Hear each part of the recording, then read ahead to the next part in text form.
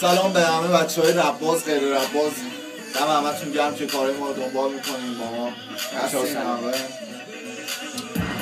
قصد از گرفتن این ویدیو اینه که بهتون بگم که فن پیج رضا ناصری آزاد کاملا خودمون شه و من فن پیج facebook.com/رضا-پیشروفنس رو کاملا میخوام فقط همون یه دونه باشه و مدیریتمون روی اون باشه.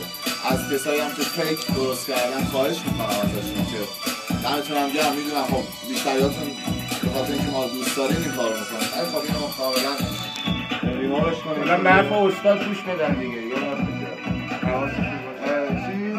دیگه اینکه تو کار آلبوم دوران طلایی هستیم و اینم بهتون بگم که تا چندین ماه دیگه یا چندین روز دیگه ما کاراشو به اتمام میرسیم، ولی منتظریم که بالاخره این میکس‌ها یه موقعی دسترس بشه.